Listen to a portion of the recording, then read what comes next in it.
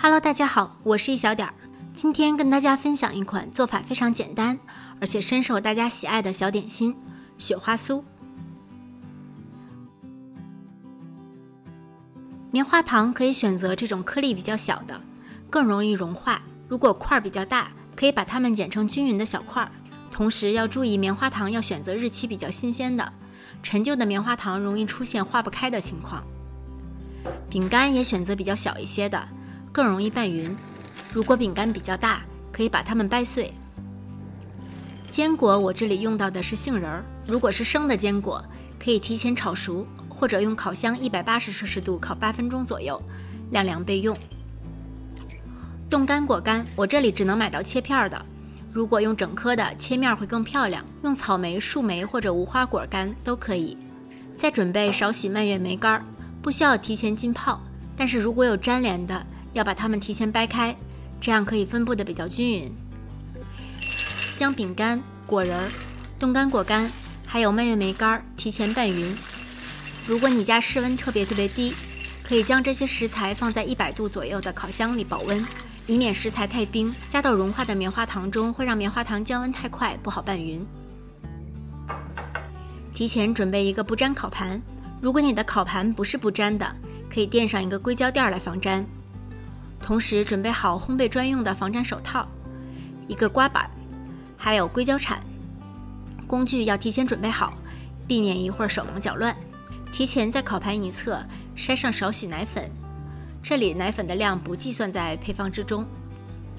制作雪花酥一定要使用一个好用的不粘锅，就是那种不需要任何温控也能防粘的不粘锅。先不用开火，加入无盐黄油，黄油可以切成小块，这样融化的更快一点。炉灶开最小火，搅拌至黄油完全融化，然后加入棉花糖，期间要不断用刮刀搅拌，尽量让棉花糖均匀的融化。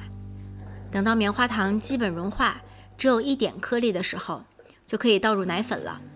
这时可以把火关掉，利用余温将奶粉和棉花糖搅匀，然后加入准备好的饼干和果干，用刮刀拌匀，由下向上翻，从棉花糖多的地方翻过来。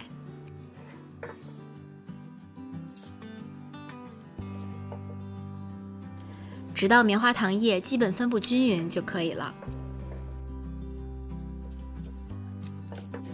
把它转移到撒好奶粉的烤盘中，戴上烘焙手套，利用烤盘的边缘整形成方形，用刮板把它压平压实，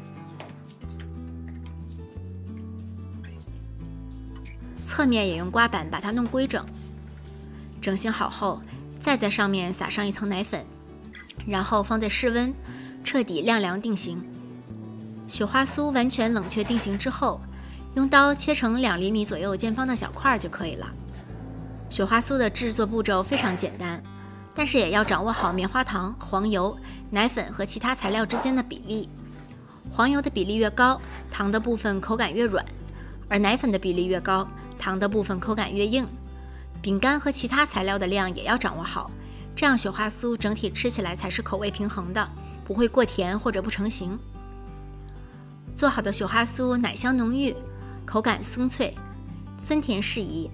我们可以把它们放在密封袋里常温保存，可以保存1-2周没有问题。简单又美味的小零食，自己在家就可以轻松搞定啦。